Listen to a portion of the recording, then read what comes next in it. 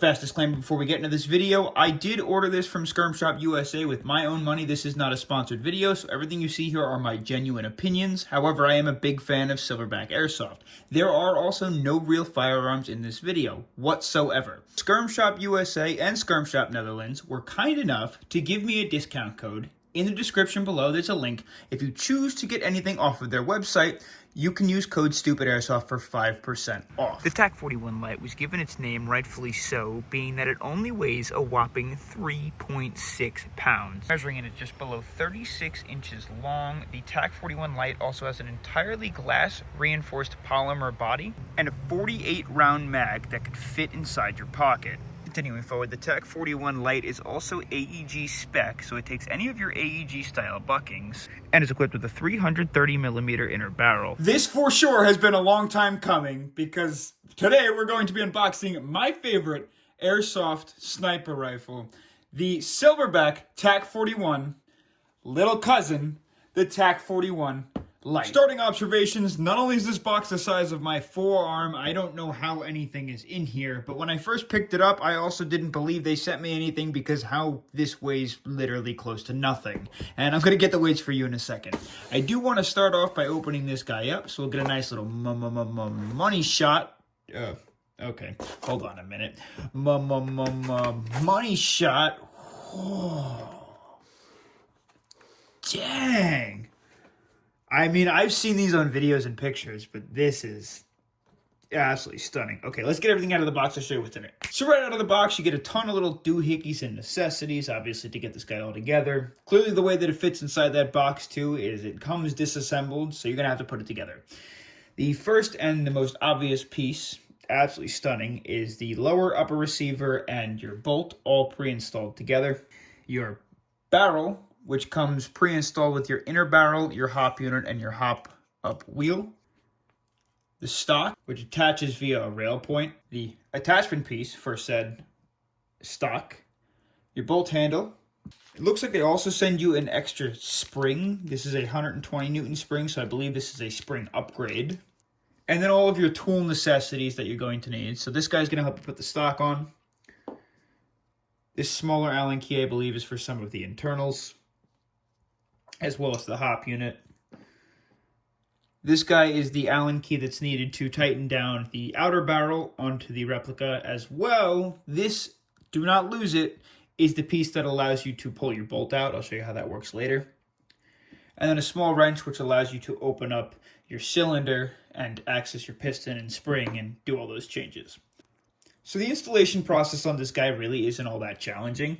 First, what you're going to do is put your bolt on. Very simply, you're going to screw this guy up in here. I recommend using either a little bit of Teflon tape or some Loctite, just because I noticed that when I play with these, sometimes they do come loose. If you tend to pull and twist on them, they loosen quickly. So a small bit of Loctite glue is probably a good idea. Next, we're going to take our barrel, hop unit, and inner barrel. And you'll notice it has this groove right here. This is how it latches into place. What we got to do is slide this guy on over the cylinder head at a slight angle. And you'll know that it can go in if you give it a little bit of a twist. Push it as far down as it'll go. And then twist it upright to lock it in place so that the hop-up dial is at the top, facing north. And then we're going to grab our large Allen key. And there's 3 spots that we're going to have to tighten this guy down on. Something you do have to be careful on is you want to tighten these down evenly. Also, if you over tighten them, the lower receiver will start to pry away at the upper receiver and you're going to start warping it, so don't do that either. My recommendation is to just start off at the front, work your way back, just go until it gets tight or it adds a little bit of tension, and then we'll come back through and tighten them all evenly as well. So just until you start to gain a little bit of tension, then go back through and give it like a quarter turn. Give it like a quarter turn. Give it like a quarter turn. And we're still not prying away from the receiver, so we're going to tighten it down just a little bit more. This is an absolutely genius design. Silverback uses this on all of their snipers. And just like that, your barrel is now stuck into place. To make sure you have a nice tight air seal before moving forward, your best bet is just to rack the charging handle, throw a finger over the front of the barrel, keep it nice and tight, pull the trigger, count to 5, 4, 3, 2, 1, and when I release my finger, you should hear a puff of air. That means you have a solid air seal. Everything should be installed correctly. Next, super simple. We're just going to throw the stock on now. You just got to grab this little mount. Notice there's a screw on either side. It doesn't matter which way you put this on, I believe. I'm going to start by throwing this on the stock. And then we'll throw it on the back of the Tac41 Lite. Grab that little star head, the 5-star headed screw or tool, and then just start screwing these guys on. Tighten it down just till it gets snug, and then the other side just until it gets snug. Keep it nice and even. And don't over tighten it. These are plastic parts. You don't want to crack any of them. They are strong, but again, don't over tighten it. You don't have to. Cool.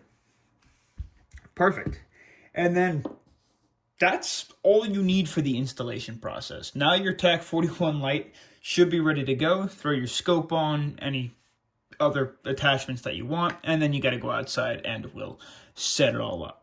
2 things to note before we do take this guy outside. I just want to mention this really quickly. If you've never owned a Silverback Tac41 platform, what's really interesting about this guy as opposed to some of your standard VSR replicas is the mag loads right in front of the trigger like it should.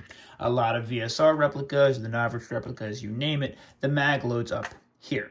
And the reason being is because the BBs need to feed up by the hop up and your cylinder and piston travel all the way up into here. So how does Silverback make this work? Well, they actually have a BB feed ramp. I don't know if you can see that guy in there.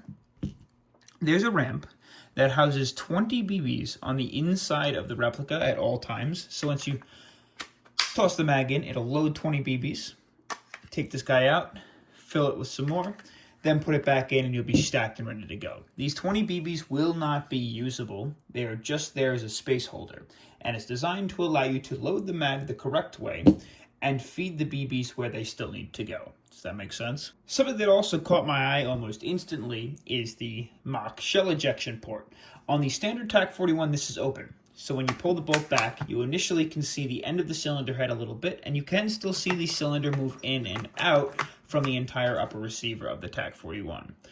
Does it kill the coolness factor that this one's covered? Maybe, but functionality-wise, I actually think this has a benefit.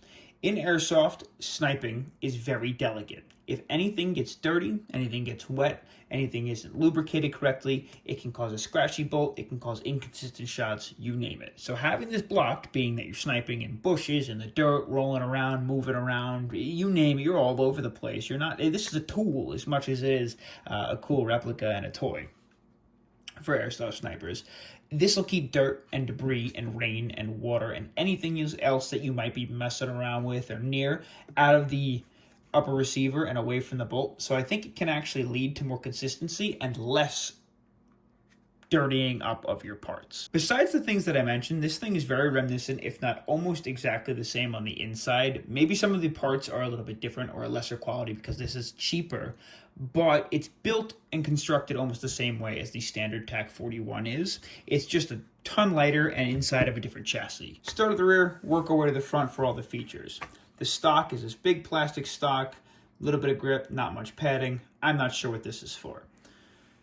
Obviously, you have that attachment point. This does not fold. Your safety is just behind the bolt. Pull it back for safe, push it forward for not. QD point, right and left, just in front of the stock. You have an AR style grip, which can be replaced, if not mistaken, with any AR grip that you please. Your trigger, which is just a solid piece trigger mechanism, and then 2 screws at the bottom, which adjust your trigger brake and the amount of take that you have.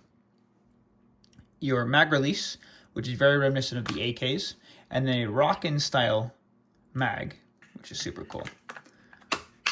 Love the AKs, love the Rockin' style mag. Your bolt pops up, pulls back, it's super smooth, super silent, super light pull. And then to bring it forward, it's super smooth. No problems there. You have all this rail space up at the top for fun stuff, like your scope, obviously it's a necessity. Your 3 screws, your takedown screw ports, which we spoke about before. You have some M-lock spots on the sides and some M-lock on the bottom. This funky shotgun stuff up in the front too, which is cool. And you also have another sling mount here. Your hop-up wheel, your hop-up dial, which has some noticeable clicking. Awesome. Absolutely love how accessible that is, and you don't need a tool to adjust it on the field. And then you have your Silverback standard threads. I believe these are 24mm clockwise threads. And depending on where you're from, yours will either come with an orange tip or the thread adapter it's supposed to come with. Finally taking the Tac41 Lite outside, I just threw my Real Steel Bushnell scope on this guy so we can test it on out. We're going to be running 0.46 gram BBs, and I already filled up the mag with rounds, and I wanted to show you something really quick. Remember how I explained that after you fill the mag completely, that just flew back and hit me in the head? That when you place the mag on into the rifle, you're going to notice that a bunch of BBs get spilled out into a feeding tube. Just listen. Now when you pull this guy out, you should have room for some more BBs because 20 are up inside the tube. So that we don't lose any shots out of all of the ones inside the mag, we're just going to go ahead and fill this guy back up again. And just be careful, don't compress up here. This is your release. If you push this guy down, all the BBs will just start flying out, and sniper BBs are super expensive to begin with. So if you can see that target right there, that's the target we're going to be firing at, and sadly that is the furthest distance that I can get you guys an accuracy test on. Every time you hear a ting is a time that it made contact, and hopefully my user error doesn't flump this up. Now the best way to test accuracy with these is obviously to have some sort of a sniper tripod, but I don't have that, so we're just going to give it a shot like this. Keep in mind I already dialed in the hop up, and then as well as the scope. We're running 0.46s for this test as well.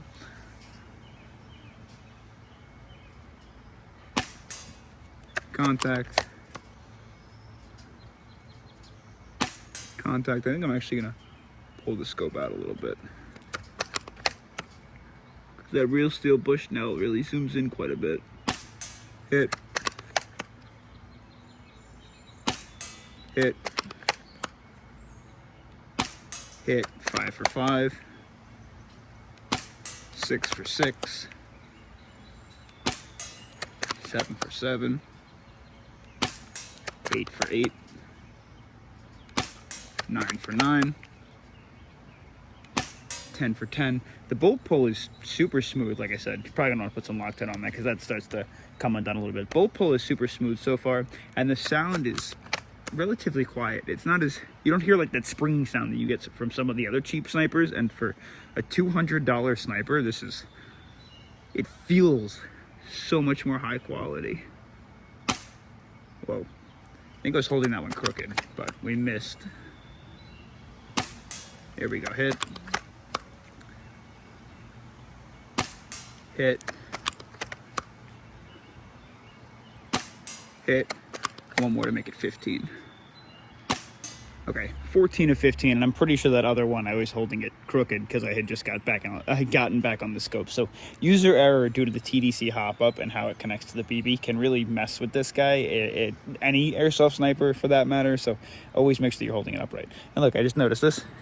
You can see the little BB feeding from the BB feeding tube up to the hop up right there. Next, to further test consistency, we're going to run the Ace Tech chronograph and check out the FPS and how consistent the FPS really is out of 10 shots. Here we go. Again, 374, 377, 376, 374, 374, 366, 366, 375, 368, 371, 370, 350. I think I hit the inside on that one. That was my fault. We'll skip that one. 366 and 364. So on 0.46s here, we were running, we'll scroll all the way to the bottom, 374, 377, 376, 374, 374, 366, 366, which is kind of a weird drop off. I don't know why we dropped like almost 10 FPS. We moved into 375, 368, 371, 370, 350 was where I hit the inside, so ignore that. 366, 364, just to finish it off. So now to break into this guy, it's a lot more simple than you would think. To start off, we already showed you how the barrel goes on, so I'm not going to take these guys off. It's completely unnecessary. But to get your bolt out, you're going to take this guy with your mag installed, and you see that little screw hole at the back? I'm going to drop this through the grip, screw her on into place, and as long as there's no BBs in the mag, this isn't a problem. And as soon as it gets tight, you're just going to twist it a little further until it unlocks, and then you should be able to pull this guy straight out. And it'll pull this entire pin that holds the bolt in place outwards. And then all you have to do is pull your bolt handle up, pull your trigger to release it, and then you can go ahead and pull your bolt out. Now we're just going to take our wrench. Be careful, this guy is under some amount of spring tension. So apply pressure and just unscrew the head of the cylinder, or get it started at least. After you get it started, you should be able to do it the rest of the way with your hand. You can keep a wrench on there if you need to. Boom. Your cylinder head pops off. Your cylinder comes out. Your spring. These are all the pieces that you're going to want to keep lubricated. And then your spring guide. Again, like I said, these are all the pieces you're going to want to keep lubed up. We'll just go ahead and reinstall it now. Throw this guy back on. Make sure your spring goes over the spring guide and it doesn't sit to the side of it when you put it in. Piston on. Now what we're going to do is take our piston head, throw that guy on the top, and you can start screwing it in with your hands. After you get it on with your hands, then just grab the wrench, and that guy will let you get it the rest of the way.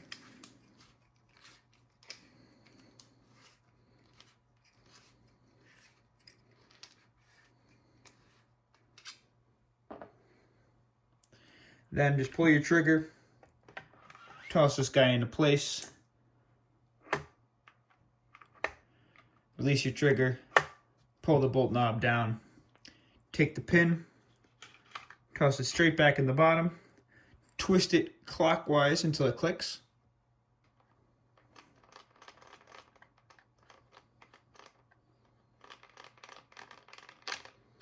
And then boom, you can just go ahead and test that it catches the cylinder, and it does. So final thoughts and a wrap up on the Tac41 Lite, the little cousin to the Tac41 Standard. Now, it's the Tac41. It's from Silverback. Not only is it already impressive, and it's made by a company that makes not only the best, but most impressive snipers on the airsoft market, but it's also super cheap, coming in at just about $200. Now, there is the larger cousin, which is an option and is fine, but it costs maybe $150 more.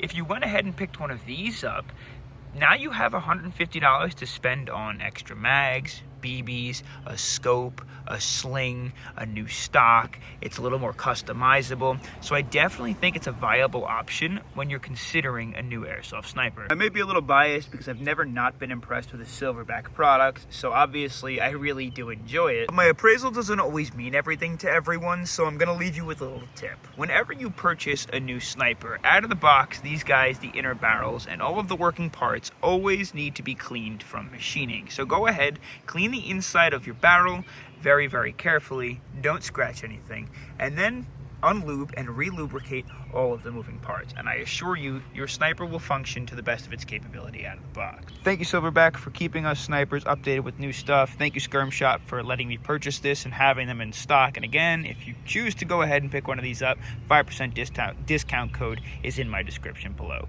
Thanks for watching.